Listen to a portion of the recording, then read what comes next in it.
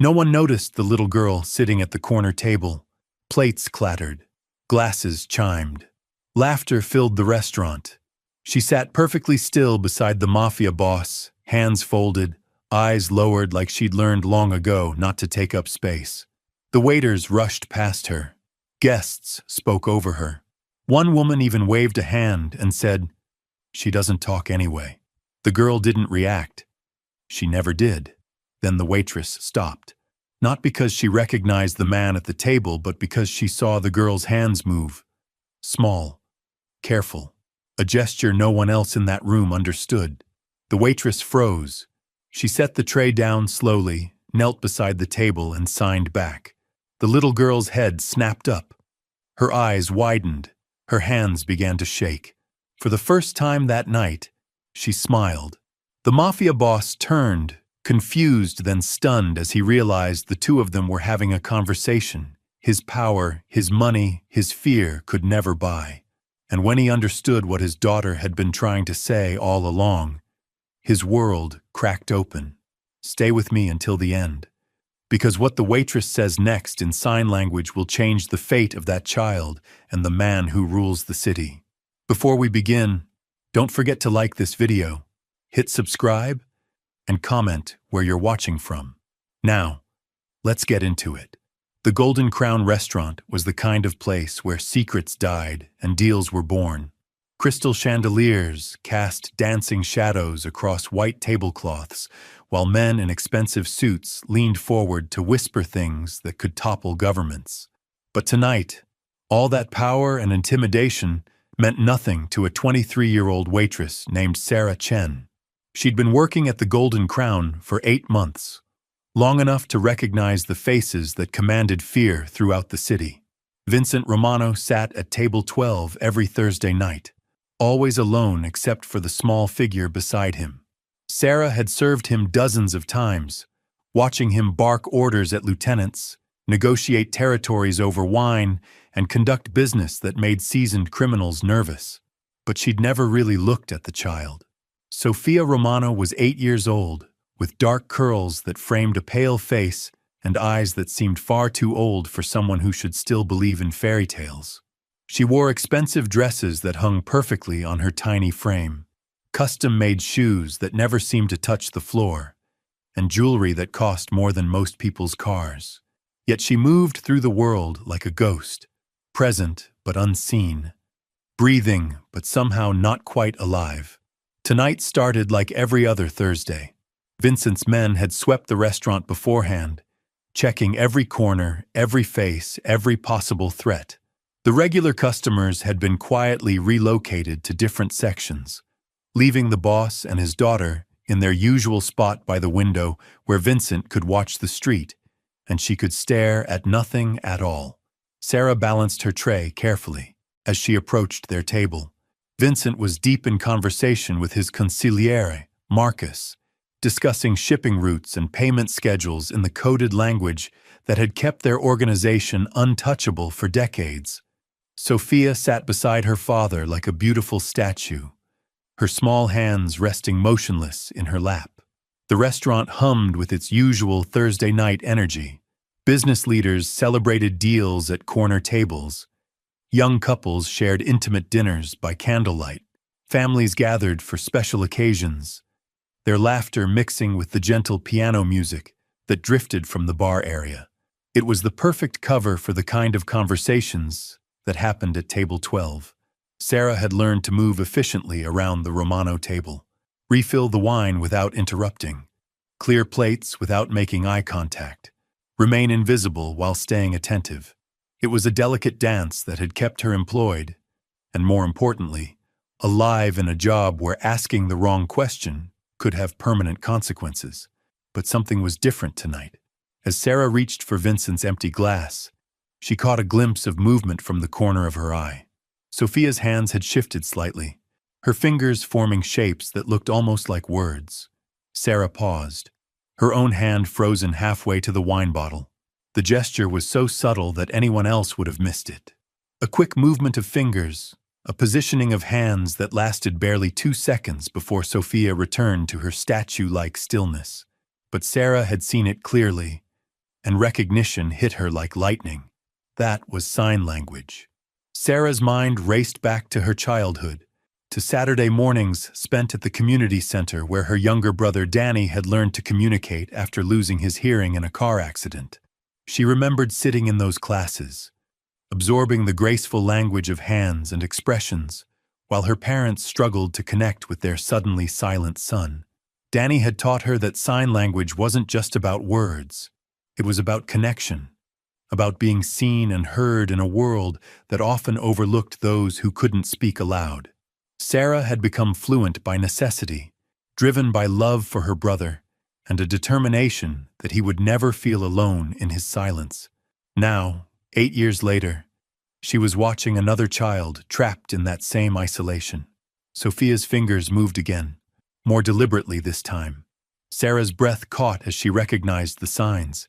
The little girl was signing "please" over and over, so quietly and carefully that her father couldn't see the movement beside him. Sarah's heart shattered. Here was a child sitting next to one of the most powerful men in the city, surrounded by luxury and protection, yet completely alone. No one was watching her. No one was listening. She was invisible in plain sight, trapped in a silence that had nothing to do with her ability to hear and everything to do with a world that had decided she didn't matter. The realization hit Sarah with devastating clarity. Sophia Romano wasn't mute by choice or medical condition. She was mute because no one had ever bothered to learn her language. Sarah glanced around the restaurant. Vincent continued his intense discussion with Marcus, their voices low but urgent as they planned something that would probably be front-page news if the wrong ears overheard. The other diners were lost in their own conversations, their own worlds, their own problems. No one was watching the little girl whose hands were crying for help. Sarah made a decision that would change everything. She set down her tray with deliberate care, the soft clink of glass on wood barely audible over the restaurant's ambient noise. Then she did something that violated every rule of survival she'd learned working in Vincent Romano's territory. She knelt down beside the table, bringing herself to Sophia's eye level. The little girl's eyes widened in shock.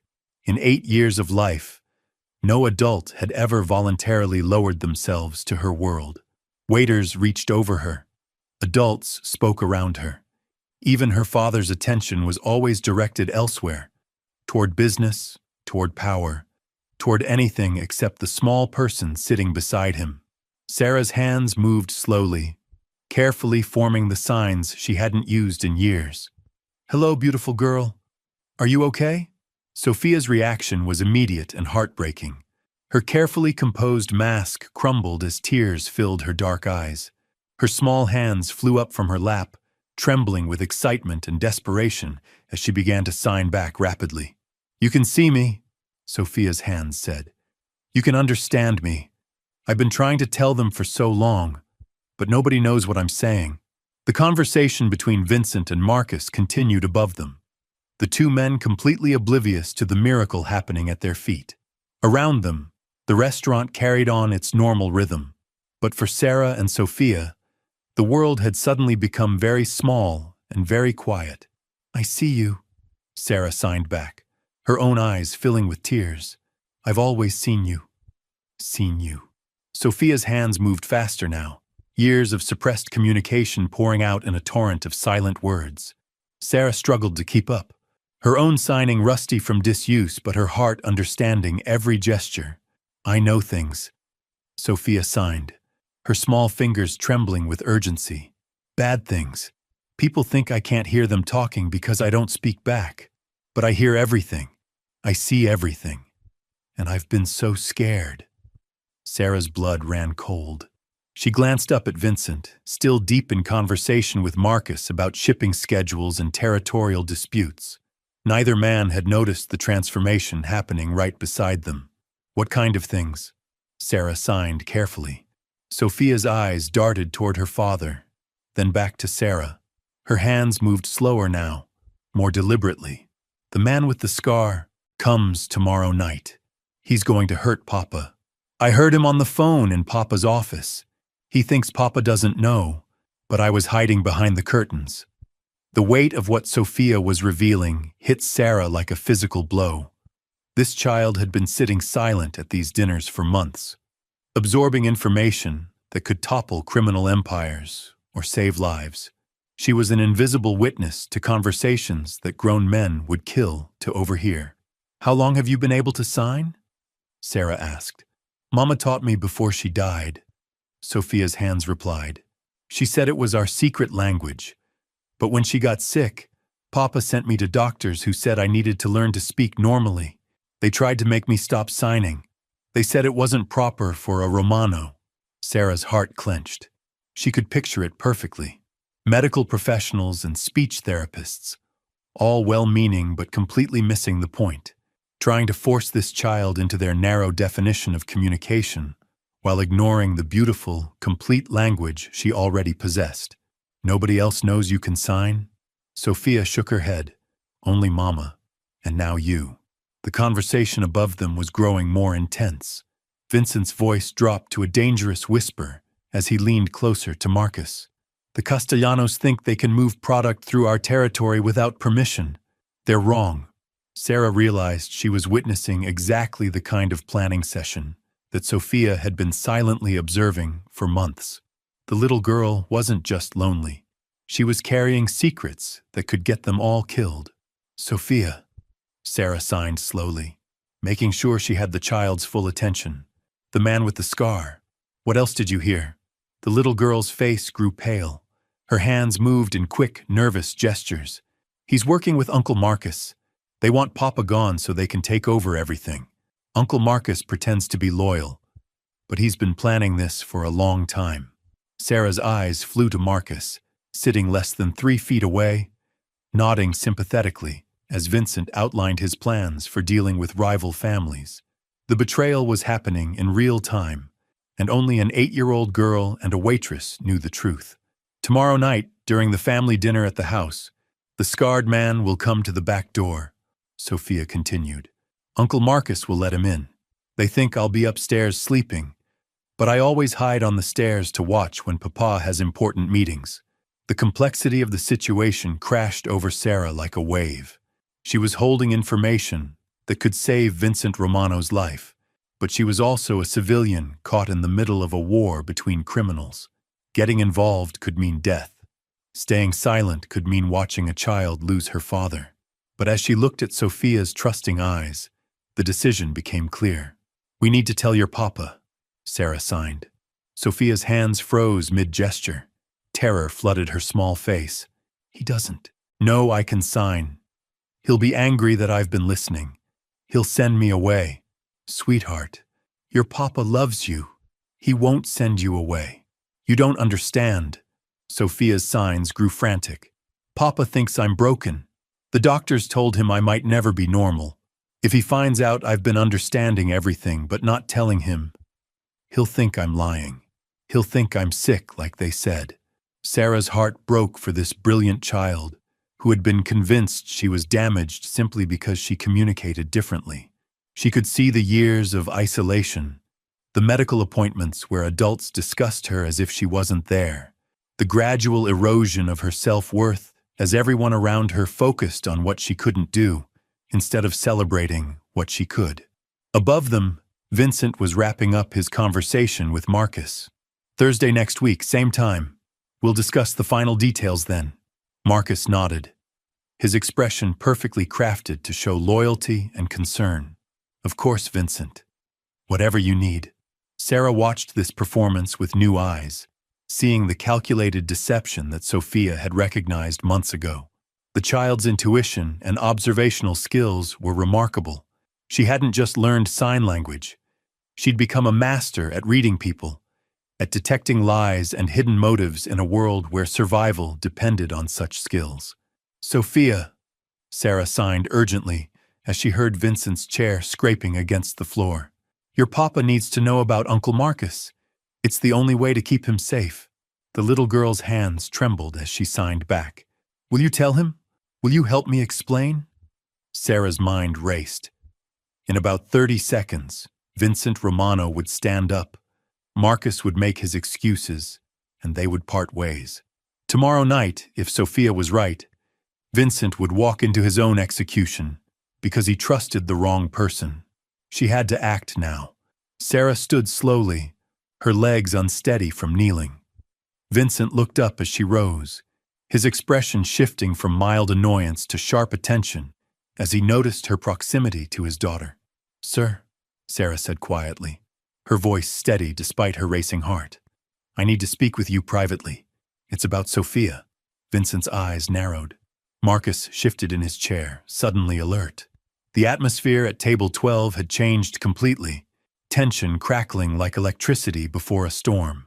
"What about Sophia?" Vincent's voice was dangerously quiet. Sarah glanced down at the little girl, who was watching with wide, terrified eyes. Everything hung in the balance. One wrong word could destroy the fragile trust she'd built with Sophia, but staying silent would mean watching a family torn apart by betrayal. "She has something very important to tell you," Sarah said, "and she's been waiting a very long time for someone to listen." Vincent Romano's world stopped spinning. His daughter, his silent, broken daughter, was having a conversation. Her hands moved with purpose, with intelligence, with a fluency that shattered every assumption he'd carried for 8 years. "What did you just say to her?" His voice cut through the restaurant's ambient noise like a blade through silk. Sarah felt the weight of every eye in their section, turning toward table 12. Conversations faltered. Silverware clinked to a halt. Even the piano player seemed to sense the shift in atmosphere. "I asked if she was okay," Sarah said quietly. In sign language, Vincent stared at his daughter, who had shrunk back into her chair, her brief moment of joy evaporating under her father's intense scrutiny. Her hands folded back into her lap, the familiar stillness returning like armor. "She doesn't know sign language," Vincent said, but his voice lacked conviction. "The doctors said she was delayed, cognitively impaired. They said she might never communicate normally." Sarah's jaw tightened. She'd heard this story before, had watched her own brother endure similar assessments from professionals who measured intelligence by their own narrow standards. "Sir, with respect, your daughter communicates beautifully. She's been trying to tell you something important." Marcus leaned forward, his face a mask of concern that Sarah now recognized as expertly crafted deception. "Vincent, maybe we should discuss this privately. The child seems overwhelmed." But Sophia's hands were moving again, trembling as she signed directly to her father. Vincent couldn't understand the words, but he could see the urgency, the desperation in her small gestures. "What is she saying?" Vincent's question came out rougher than intended. Sarah glanced at Sophia, who nodded almost imperceptibly. The little girl's eyes held a mixture of terror and determination that belonged on someone much older. "She's saying that someone close to you is planning to hurt you. Tomorrow night, during your family dinner." The restaurant seemed to hold its breath. Vincent's face went deadly still, the kind of calm that preceded violence in his world. Marcus shifted slightly, his hand moving toward his jacket in what might have been an unconscious gesture. "That's impossible," Marcus said quickly. "Vincent, the child is confused. Maybe she overheard something on television or—" "Uncle Marcus," Sarah interrupted, watching his face carefully. "Sophia says you've been planning this for months." Marcus's carefully constructed facade cracked for just an instant. His eyes flicked to Sophia, then to Vincent, calculating odds and distances. It was enough. Vincent Romano hadn't survived 20 years in his business by ignoring warning signs. He'd built an empire on reading people, on detecting lies, on knowing when someone close to him was preparing to strike. But he'd been blind to the most important voice in his world because he'd been told that voice didn't exist. "Sophia," Vincent said quietly, his voice gentler than Sarah had ever heard it. "Look at me, baby girl." The little girl raised her head slowly, tears streaming down her cheeks. Her hands moved in small, hesitant gestures. "She's apologizing," Sarah translated. "She says she's sorry for listening to your meetings. She's sorry for keeping secrets. She's afraid you'll send her away." Vincent's expression crumbled. 8 years of distance. of assuming his daughter was lost to him, of treating her like a beautiful, broken doll instead of the intelligent child she'd always been. The weight of it crashed over him like a physical blow. "Tell her," Vincent's voice cracked. "Tell her that I'm the one who's sorry. Tell her she's the smartest person at this table, and I've been too stupid to see it." Sarah's hands moved, translating his words. Sophia's eyes widened in disbelief, then filled with hope so pure it was almost painful to witness. Marcus made his move. The gun appeared in his hand with practiced smoothness. But Vincent had been expecting it. Years of paranoia and survival instincts kicked in as he dove sideways, pulling Sophia with him. The first shot shattered the wine glass where Vincent's head had been seconds earlier. Chaos erupted through the Golden Crown. Diners screamed and dove for cover. Chairs crashed over. The piano stopped abruptly as the player fled toward the kitchen. Sarah found herself pressed against the overturned table with Vincent and Sophia, her heart hammering against her ribs. "You always were too sentimental, Vincent," Marcus called out, his voice carrying over the panicked shouts. "That little freak should have been institutionalized years ago. She's seen too much, heard too much, just like her mother." The mention of Sophia's mother sent rage flooding through Vincent's features. Sarah watched him transform from protective father back into the predator that had built a criminal empire. But he was trapped behind the table with no weapon, and his daughter to protect. Sophia's hands moved frantically, signing something urgent. "She says there are 2 more men coming through the kitchen," Sarah whispered. "She saw them outside earlier with Marcus." Vincent cursed under his breath. Marcus had planned this perfectly, using the family dinner as cover while positioning backup in case things went wrong at the restaurant. The kitchen entrance was blocked. The main exit would put them directly in Marcus's line of fire. "The wine cellar," Vincent muttered. "There's a service tunnel that connects to the building next door. But they'd have to cross 20 feet of open floor to reach the cellar stairs. 20 feet under Marcus's gun, with Sophia slowing them down. "I can create a distraction," Sarah whispered. "Absolutely not. You've done enough." Sophia tugged on her father's sleeve, her hands moving in quick, determined gestures. "She has an idea," Sarah translated. "She says Marcus doesn't know she can move quietly. She's been practicing hiding from people her whole life." Vincent stared at his daughter, seeing her clearly for perhaps the first time. Not broken, not delayed, but adapted. She'd learned to be invisible as a survival skill, had developed an intelligence that thrived in observation and silence. "What's her plan?" Sophia's hands moved in complex gestures, her face serious with concentration. "She'll crawl under the tables to the far wall, then knock over that large plant by the window. When Marcus turns to look, you run for the cellar." "No," Vincent said immediately. "I won't use my daughter as bait." "Papa," Sophia signed, and even Sarah could see the determination in the gesture. "I've been protecting myself my whole life. Let me protect you too." Vincent's internal struggle played out across his face. Every instinct screamed against putting Sophia in danger, but he could see the intelligence in her plan. Marcus would never expect a move from the child he considered a helpless witness. "Vincent," Marcus called out, "send the girl out first. She doesn't need to see what happens next." The cold calculation in those words made the decision for Vincent. Marcus had never intended to let Sophia survive this night. She was a loose end, a witness who'd absorbed too many secrets. Her perceived disability had been the only thing keeping her alive. "Okay," Vincent whispered to Sophia, "but you stay low, you stay quiet, and the second you knock over that plant, you run to the cellar. Don't look back." Sophia nodded solemnly, then surprised everyone by turning to Sarah and signing something quick and urgent. "She says thank you for seeing her. She says you gave her a voice." Before Sarah could respond, Sophia was moving. She slipped under the tablecloth with the fluid grace of someone who'd spent years making herself invisible. Vincent watched his daughter navigate the chaos with skills he'd never known she possessed, avoiding the panicked diners and overturned furniture like she was dancing through an obstacle course. She reached the far wall just as Marcus began scanning the room more systematically. His backup was emerging from the kitchen.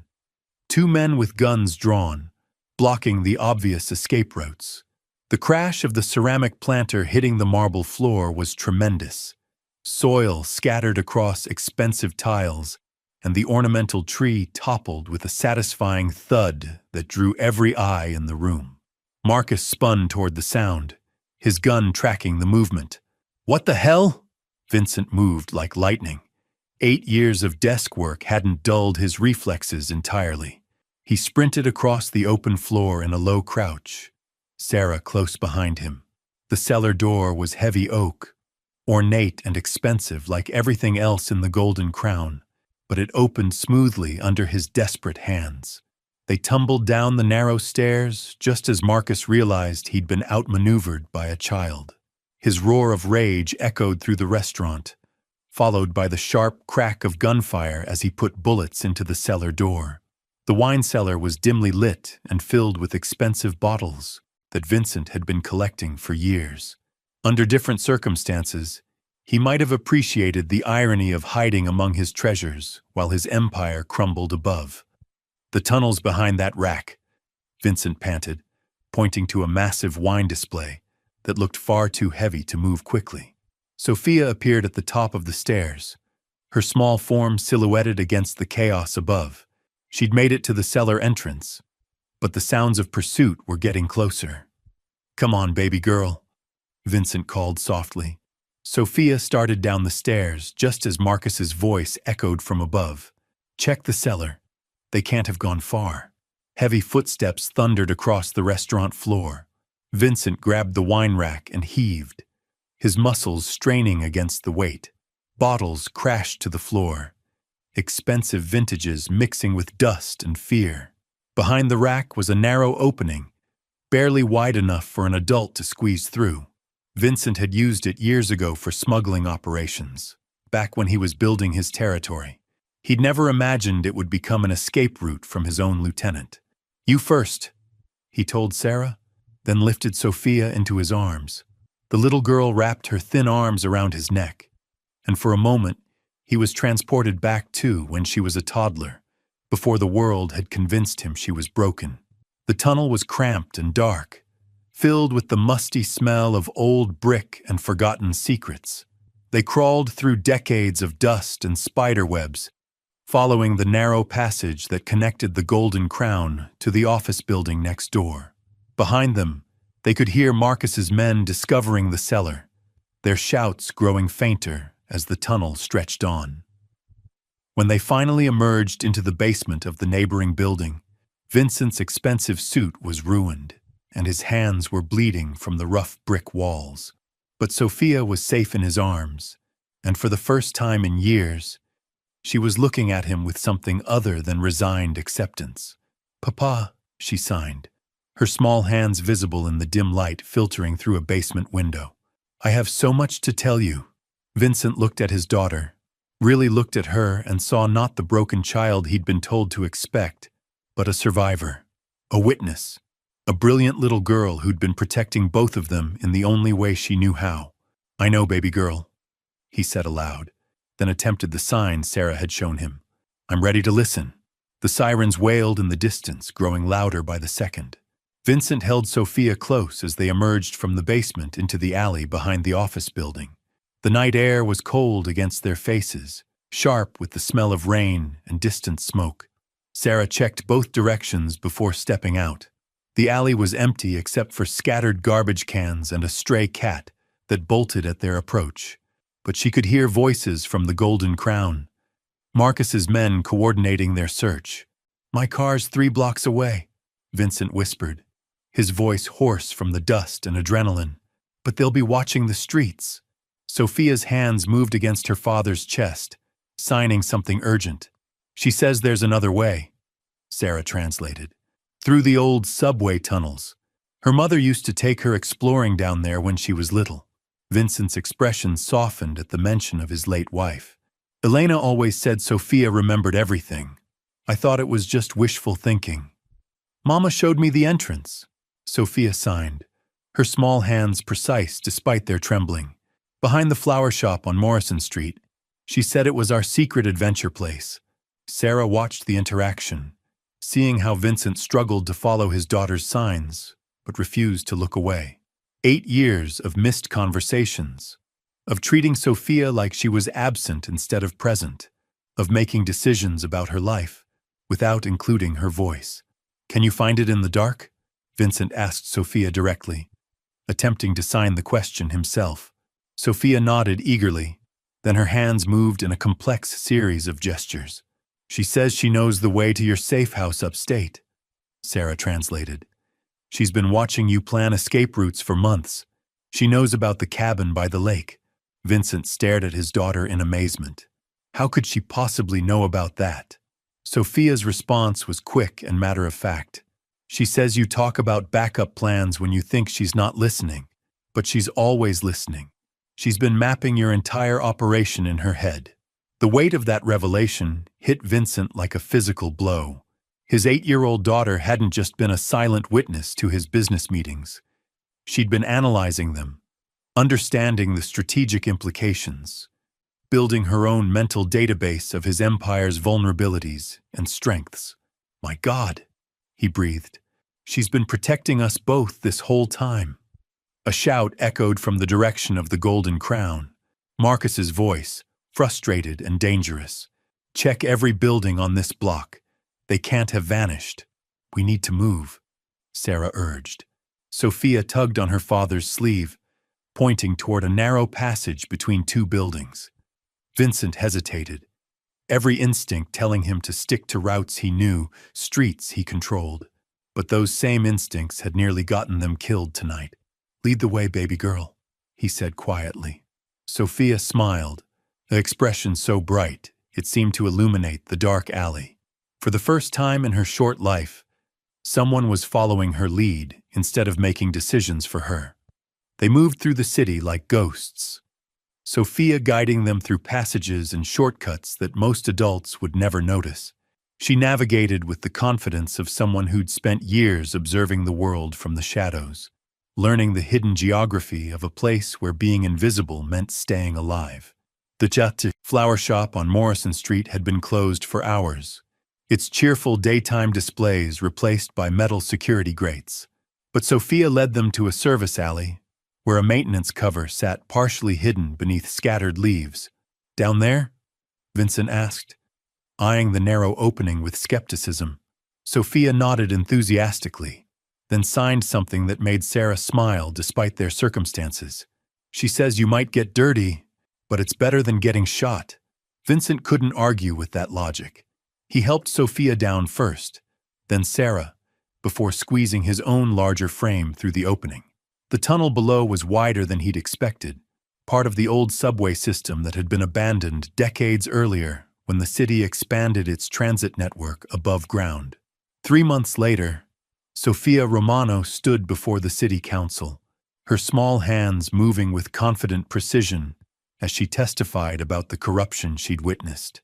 Sarah translated every word while Vincent watched from the gallery, his empire dismantled, but his daughter finally free to speak her truth. Sometimes the most powerful voice belongs to the person everyone thinks can't speak. Sophia taught her father that strength isn't about being heard loudest, but about truly listening to those the world overlooks.